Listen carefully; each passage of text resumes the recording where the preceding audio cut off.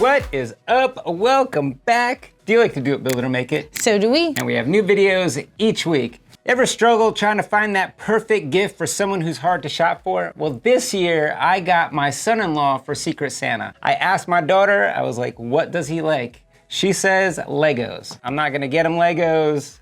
I don't know how to make Legos. I said, what are his favorite movies and his favorite hobbies? She said, Lord of the Rings and puzzles. And I said, perfect, I can make a personalized laser cut puzzle. That's an easy one. And I can use our new UV printer and our Eon Nova 14. In this video, we'll show you how to find the right image for a project like this and how to prep it using Adobe Illustrator and Photoshop. Then we'll take it over to the UV printer, print it, and take it over to the Eon Nova 14 and cut it out.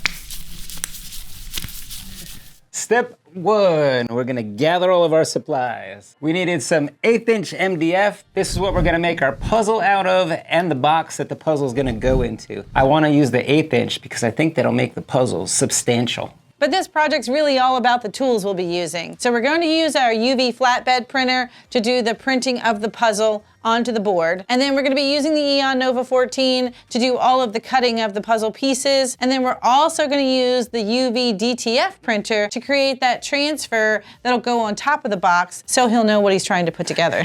Step two, we're gonna create our image and our cut file. This is easy. This is a really simple project. If you're a new laser owner, this is a great project to start with. Garrett's gonna show you his journey. He's using Adobe Illustrator because that's what we know and that is our go-to, but you don't necessarily have to use Adobe Illustrator. He's also really gonna show you a cool website that'll create your puzzle pieces for you, and that's the meat of this project. We're gonna start our journey off in Google. I'm looking for some Gandalf, Entering the Shire wallpaper, looking for something like kind of widescreen with some good aesthetic. I'm gonna click on my images tab. Now what I'm doing here is I'm looking for an image that's got a high resolution, something good to start with. So if I click on one of these images and I hover over it, I can see down here in the corner what the resolution is. Now ideally for something that I'm doing, 18 by 24, I'm looking for a resolution. One of these numbers better be in the 5,000s. I doubt I'm gonna find that. If I find something that I like, from here I'm gonna right click, open in new tab. Now it'll open in a new tab about the size, and this should be the original picture. Now sometimes I'll get a picture that when I right click to save as, it will give me an extension that I can't really use. Now if I'm lucky and I right click in the black area then and do a save as, it will give me a true extension, so now it's a JPEG. I found an image that I like and I think that would make a great picture after they assemble the puzzle. So I'm gonna go ahead and save as. Just save as, it came in as a JPEG. I'm also gonna right click and do copy image. I'm just gonna check the size of this thing, so I'm gonna jump over to Photoshop. I'm gonna say new. So when my new document window pops up, this clipboard is highlighted.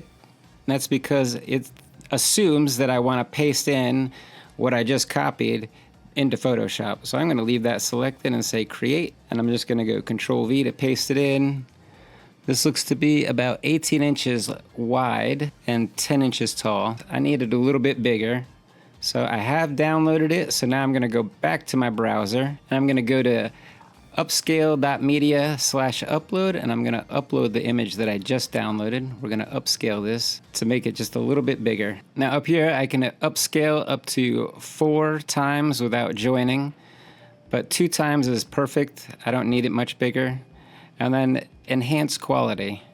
Now if I hover over it, you can see what the quality looks like. I mean, it looks pretty good already. All right, let's go check out Gandalf. Yeah, Gandalf is looking pretty good. Now we'll enhance. Now if I hover over things, let's check out Gandalf. He looks just a little bit tighter. And so does the horse. Let's check out the Hobbit hole. All right, now we're gonna download our image. Now I'm gonna jump over to one more website. We're gonna go to Jigsaw Puzzle Generator. Now they have 2 types of puzzles. I just want a basic rectangle, so I'm gonna click on this image up top. Now I'm just gonna leave seed alone. I don't know what that is. Tab size, I don't know what that is. Jitter, corner radius, I really don't care about those things. It's down here, the size. I've already done the math. And since I want this thing to be 24 by 18, my first number is going to be 609.6. That should be 24. And then this number is going to be 457.2. Now we'll just click up here. That should be the right size. I want each of these little tiles to be about an inch. So we're going to say 24 columns and 18 rows. That looks like a pretty good jigsaw puzzle. And we'll just download the SVG. We're going to jump over to Illustrator now. And we're going to open our jigsaw SVG that we just downloaded. All right. Have my layers open. I'm going to create a new layer. New layer. Okay. Now here's my image that I just transformed. I'm just going to drag this into Illustrator. Drag this to the middle. And then right now my canvas is set up as points. So I'm going to click off. I'm going to change this to inches. Now I'm going to adjust my image here. I want it just to be like 80.25. Give me just a little bit of room around the edges. And I'm going to drag this layer underneath my jigsaw layer so I can see my jigsaw puzzle. Let's select my whole jigsaw puzzle and give it a fatter stroke so I can see it. And we'll group it. I'm going to right click on my image, then I'm going to say crop image. Yes, I know. I'm just going to drag it in a little bit. Let's bring this all the way up. I don't want to shrink it this way anyway, just the sides a bit. Just going to bring the sides in, keeping it with a little bit of bleed. Now I'm just going to hit enter. All right, I want them both in the center now. So center, center. I'm gonna make sure my canvas is wide enough so that my image prints. I'm just gonna click my artboard. I'm gonna drag the edges out and it'll snap to the sides of my picture.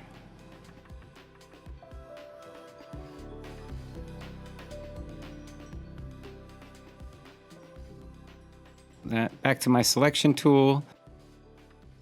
Gonna make sure this is centered. Gonna make sure my image is centered.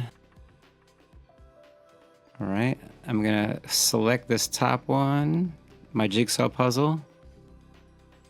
Now, these came over. I'm gonna select my jigsaw puzzle and I'm gonna ungroup it for a second and grab this red, and I'm gonna add this red real quick because I make everything red.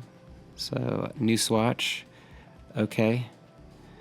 I'm gonna grab this entire layer and set my stroke to this new red I just put in there. We'll give everything 1 point.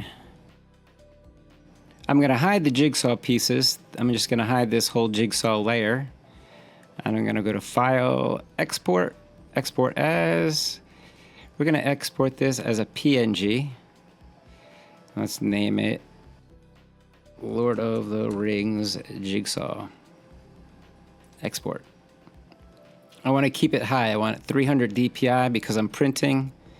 And I want a transparent background.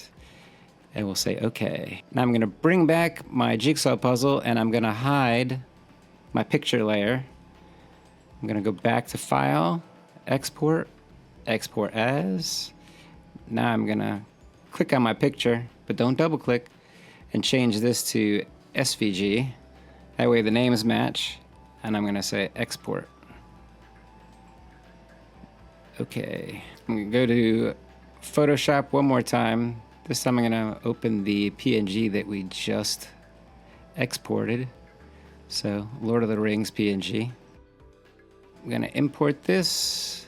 Now I'm gonna go to Image, Mode, and we're going to make sure this is CMYK because that's our printer. I'm going to need to add some more channels though. So I'm going to say Control A, select everything. I'm gonna go to my channels tab, then over here to my hamburger, click it, and I'm gonna say new spot channel. I'm gonna want W white. This is gonna put white underneath it. I'm gonna say okay. Now from here, I'm just gonna select this channel and say duplicate channel. I'm gonna put 2 layers of white down. I want this thing to look crisp. Okay, we're gonna make sure it's not hidden. I'm gonna do it 2 more times, but this time I'm gonna duplicate it and call it V1. This is my varnish first one. Unhide it, and we're gonna duplicate the channel 1 more time. This is gonna be V2. This thing's gonna shine, and it's gonna hold up. It's gonna get manhandled, so I want it to look nice for a while. I'm gonna go to save, save as, and we're gonna save this thing as a TIFF now. I'm gonna say save. I'm gonna keep all of the defaults. I'm really not gonna mess with anything here. And say okay. Yes, it'll increase the file size. Okay. All right, I'm gonna send this over to Kim, and I'm sending the SVG over to the laser. Step 3, time to print. I'm gonna take the 1/8 inch MDF over to our UV printer. I'm gonna add 2 layers of white as a base coat so that the colors pop on top, because this is a pretty dark piece of board. And then I'm gonna add the inks, and then I'm gonna add 2 layers of varnish. The varnish helps keep the image durable, especially since this is going to be a puzzle, and it's gonna be, all the little pieces are gonna be in a box together, and it's gonna be handled as you're putting it together. So the varnish is gonna help keep it a little more durable.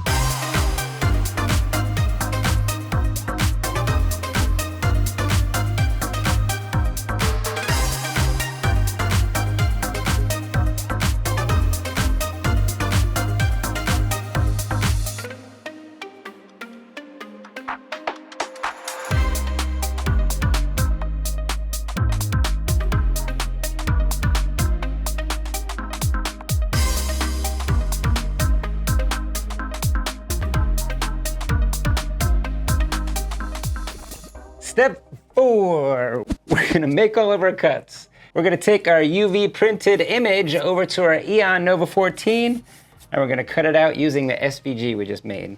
Inside Lightburn, I'm gonna import the SVG that we just exported, so the Lord of the Rings Jigsaw SVG. Double click. Now I know for our 1/8 inch MDF, I use about 25 millimeters per second, and then we do about 45% power. But because I am using the MDF that's been printed on and has varnish, I'm gonna bump it up to 52.5. I don't know why I'm doing the extra 2.5%. I feel like it's good measure, so that's what I'm gonna go with. We'll say okay. Now I'm gonna send this over to our Eon Nova 14 and cut it out.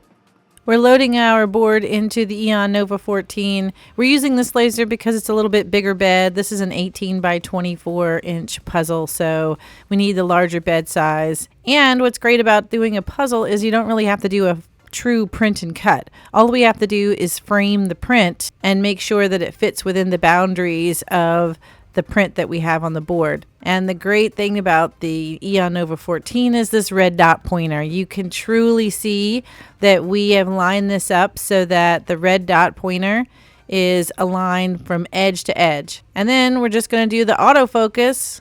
I went over here. I didn't want to damage the print, so I went over to the side a little and made sure that the head is at the correct height. Look at that, perfectly aligned. Here we go.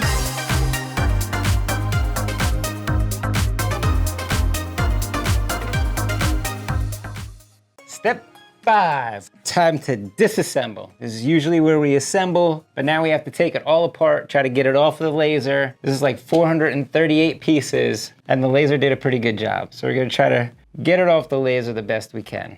And not lose any pieces. Before we try to remove it from the laser, I think we're gonna try to clean it up. First, we tried to use a magic eraser, but that was really just getting stuck in between the cracks and tearing the magic eraser up. So then we grabbed LA Awesome and a paper towel, and that worked beautifully. Now, we did find you didn't want to wet this too much. You're not trying to wet your image and soak your wood pieces. So we had a damp paper towel, and it really did get the laser residue, the smoke residue off of the pieces really easily. We debated whether or not we should mask this, and my vote was no, because I thought we would spend more time removing all the little mask pieces. I thought it would be faster to just clean it. But I think next time I would like to try this with some masking on it so we don't have to clean it. And I think the pieces are gonna look a little bit nicer. But what's it going to take off all the masking from the individual pieces? Patience, that's what it's gonna take. I'm not sure. If you've done a puzzle, you'll have to let us know how you've chosen to do it. Step 6, time to give it as a gift. We created a little gift box to put our puzzle in. You can find this over on Patreon. We're gonna show you how we created this little gift box and the app we used to create the little gift box. It has a little slider top, which we used our UV DTF printer to create a little transfer, which we adhered to the top, slide top here. This is how he's gonna know what to put together. And then this slides on. And then Garrett created a little engraved message for the back. Talks about starting a new journey. Well, he's getting out of the Navy. He's moving and he's starting school and a new job. I figured Gandalf coming to the Shire is perfect for starting his new adventure. Yeah. I am so happy with this. I mean, this was a super easy project. I think the whole thing maybe took 45 minutes from finding the image, printing, and cutting it. I think putting the box together was the hardest part. We'll show you how we do all of these details for this box, again, over on Patreon. And a big thanks to all of our patrons. We love you guys, and that is the best way to support this channel. If you enjoyed this project, be sure to like, subscribe, leave a comment, tell us what kind of puzzle you're gonna make. Or a custom project you'd like to see us make. We're always looking for project ideas. Next week, we're doing top 5 newbie projects for laser engravers. Well, I'm about out of time. I gotta get going to wrap this puzzle. You gotta get going to make a puzzle, and we will see you next week, where we'll do it, build it, and make it again. I need to balance it from this side. We're definitely losing a puzzle piece. Oh, it's okay. And ooh, I don't know. Ooh. It was a weird one. Okay, I got it. Let me put this back in before it's gone forever.